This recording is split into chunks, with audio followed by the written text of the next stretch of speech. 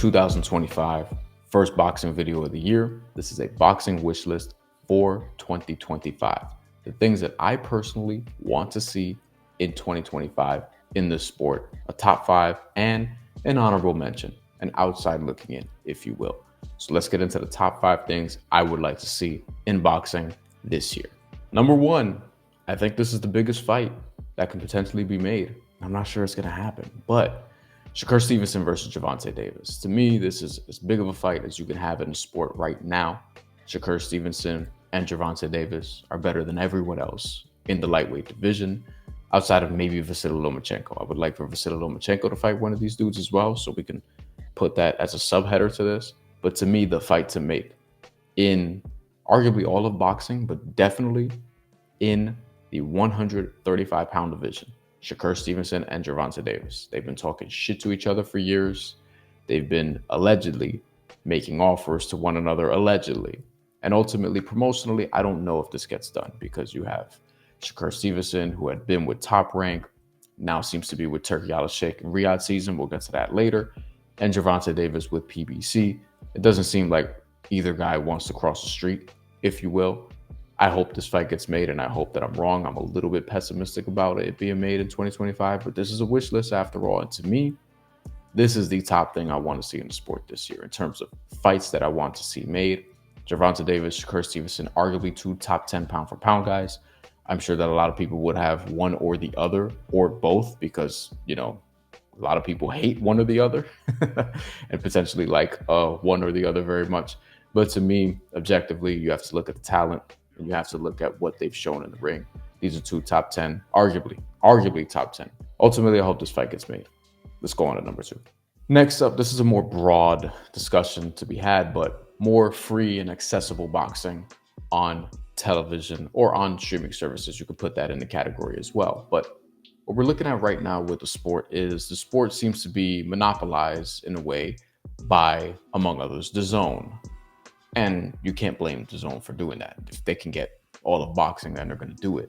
Top Rank may even go to DAZN. There's rumors about that. Top Rank's deal with ESPN, it's about to be up in 2025. ESPN not putting a ton of emphasis on boxing, which I don't know who does, really, of the mainstream outlets anymore, which is a shame, outside of the occasional big fight, whether it's, you know, Terrence Crawford fighting, or Alexander Usyk versus Tyson Fury, or, you know, Canelo Alvarez, or if it's Jake Paul versus Mike Tyson, or a novelty like that. We may get to Jake Paul later in this show. But with boxing on TV, like, I'm somebody who wants a sport to appeal to casuals. You need casuals in order for your sport to thrive. You just do. You need casuals' involvement, intrigue, watch time, if you will. You need them to be plugged into the sport a little bit more than a casual basis. You need them to be plugged in beyond just a big fight.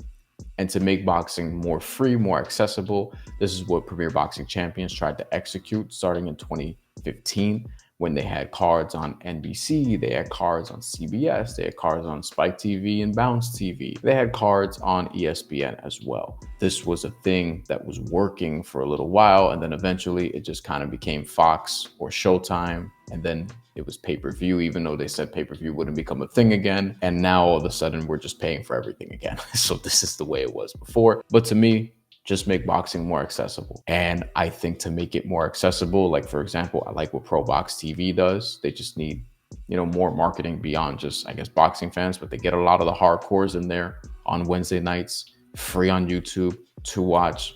The cards are good, the prospects are good, and you still get your occasional upset, like with Chris Colbert got knocked out recently. And you still get up and comers like Nachi Lopez, who appear on the cards and who seem to do very, very well. So I like what Pro Box TV is doing, so I guess I'll shout them out for free there.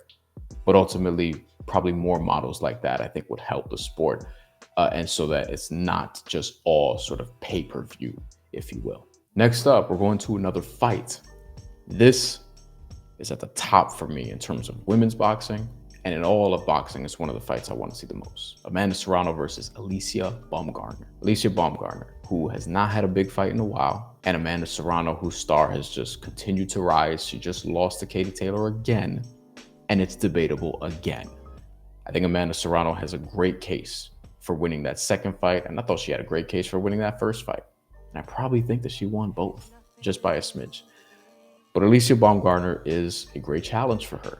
Amanda Serrano has titles at 126. Alicia Baumgartner has titles at 130. But I don't really care about titles as it pertains to this fight. Yes, titles matter. But these are two of the biggest names in the sport, and these are two of the most talented women in the sport. Amanda Serrano's a legend. She's going to be a first ballot Hall of Famer. Alicia Baumgartner, she appeared to be on her way, but that whole steroid thing happened. 2 drugs she tested positive for. We didn't really get clarity on what actually happened there. She maintains her innocence, and she declared herself innocent and cleared herself of an investigation, which was weird.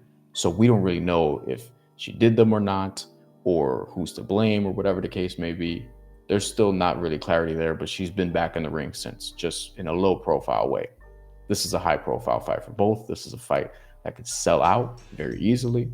This is a main event worthy fight that I think should be on just sort of big time TV and be one of the biggest fights of the year. And I hope that Amanda Serrano and Alicia Baumgartner get in the ring, because at this point with Amanda Serrano, there ain't much left to do. She's done pretty much everything. And fighting Alicia Baumgartner would be just another check off the resume, and a fight that I think she could win. And with Alicia Baumgartner, she kind of needs something like this more. She's got a resume that she's trying to build, but there's not anyone there who's like an Amanda Serrano type of fighter. But then again, who is?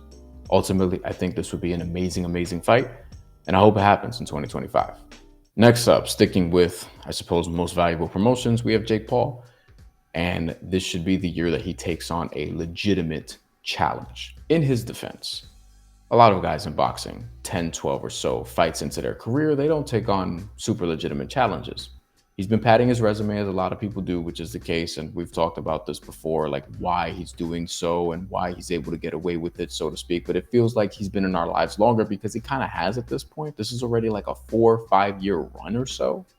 And he's had double-digit amount of pro fights, but there's a lot of Ben Askren's, Nate Robinson, Ryan Borland, and Andre August. The toughest fight on his resume is Anderson Silva, maybe, who was old enough to be his father at the time they fought. Tommy Fury, who actually beat him. And that, when you look at it and you're like, yo, this dude lost to Tommy Fury? Tommy Fury, who probably should have lost to KSI? And then you have Mike Tyson.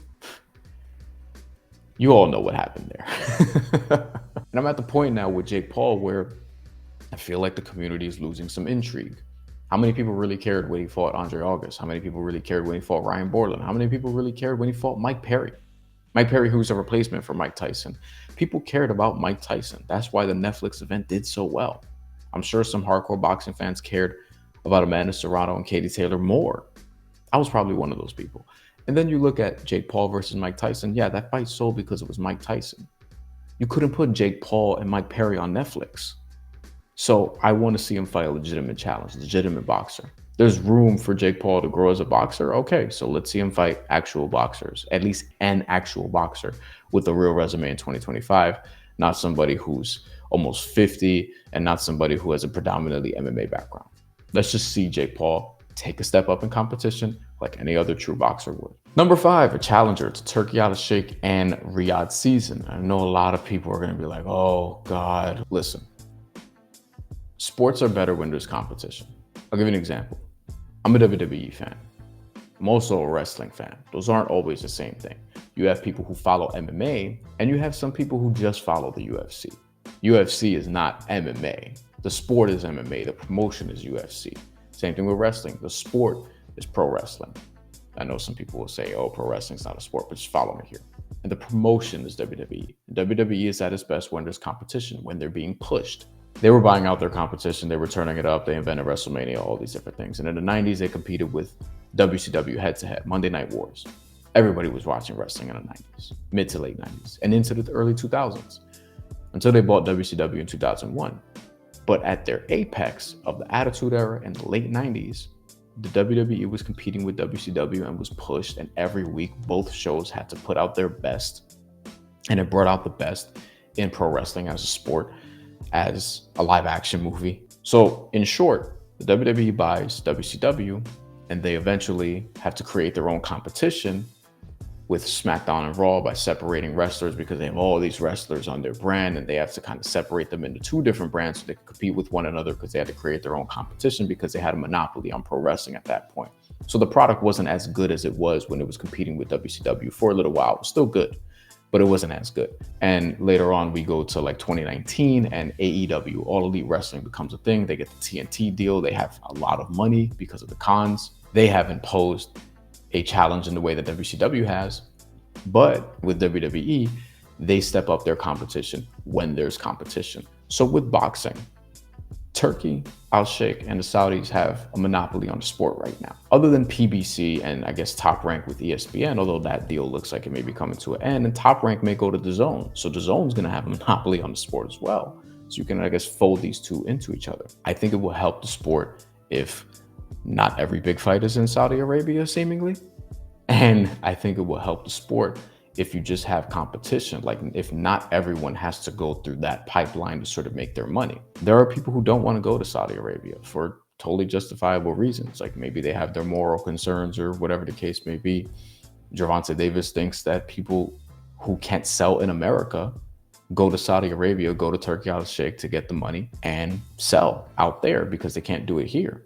And honestly, if you look, and you could have your criticisms about Gervonta Davis, especially from a moral perspective, but if you look at what he's actually saying and really like think about it, I mean, to some degree, he may be onto something. Shakur Stevenson only sells out in Newark, and he's gotten booed in Newark. So yes, he's running over there to take the bag. You probably can't blame him because the bag is so big. But ultimately, where I'm at is like, I want to see a challenger to what's going on in Saudi Arabia. It can be somebody from the States. There are billionaires. Doesn't seem like any of them are too interested in competing from a boxing perspective. And Premier Boxing Champions hasn't really put out the same volume and the same quality of cards that they once did, which is another piece of this. So maybe it's just them turning it around. But right now, it doesn't look like it's going to be the case. And they need to be more active in order to be a challenger here. So I think boxing is going to be better when there's competition, not when there's just one person seemingly running the sport. Right now, he has a lot of power. We'll see how long it lasts because I have questions about that from a long-term perspective. But right now, we're in a phase where the sport is being run predominantly by Turkey Al Sheikh and the Saudis. And a lot of people love this because it's getting them the fights that they want, quote unquote, even though there are a lot of underlying things that are worth talking about regardless. So I just think that competition would be better for the sport so that not everybody seemingly has to go to Saudi Arabia and fight. But that's just me. The last thing here. For those of you who don't know, and for those of you who may know, have been plugged into the channel, I love video games. I'm a gamer. I play Undisputed. Undisputed is a boxing game that came out late last year in October. There's been a couple updates already. Undisputed is the first big-time boxing game to come out since Fight Night Champion in 2011. There are a lot of issues with the game that need cleaning up. A lot of them. There's issues with stamina. This is the big one for me. One of the recent updates actually hurt the game. Your stamina is done by like round 6 unless you're just straight up running from your opponent. When you throw some punches, like, yeah, you're done by like round 6. Even if you're boxing responsibly. And your opponent's stamina, they seemingly have 90 to 100% the entire fight. Doesn't matter what style they have. In the game, the stamina issue is a mess. No matter what you do, your stamina is done way before your opponents, unless you just don't throw punches. And the other big issue is, for me, knockdowns. It's so difficult to get a knockdown in this game because you stagger your opponent. You have to hit them legitimately. I'm not even making this up, 6, 7, 8 times or so to get them dropped. All of a sudden, they become Floyd Mayweather when it comes to defense. Whereas when they stagger you, they can hit you twice into the body, pop, pop, and you're done. You're just on your knee. And it doesn't make sense, and it makes the game a frustrating experience. And you could say, oh, just get better. And it's like, one, I'm really good at this game. But 2, it's frustrating. It's not super rewarding. Career mode doesn't feel really rewarding because it's just kind of a bunch of screens. There's not a ton of cutscenes. It's not super immersive. It takes forever to get a title shot. You have to fight the same guys over and over and over again. The ranking system for career mode also feels broken. It seems like if you're say the number 30th ranked lightweight and you fight somebody who's 22nd, then you still only move up 1 or 2 spots, even if you knock them out. The roster itself, I'm Puerto Rican. There are no Puerto Rican fighters in the game, not a single one. They're on career mode, but they're fake. There's not like a Miguel Cotto, Felix Trinidad, even an Oscar Collazo or an Amanda Serrano. If you bought the deluxe, you still have to buy packs after the game. It's not like WWE games where if you buy deluxe, you sort of get the add-ons that come with it in a lot of cases.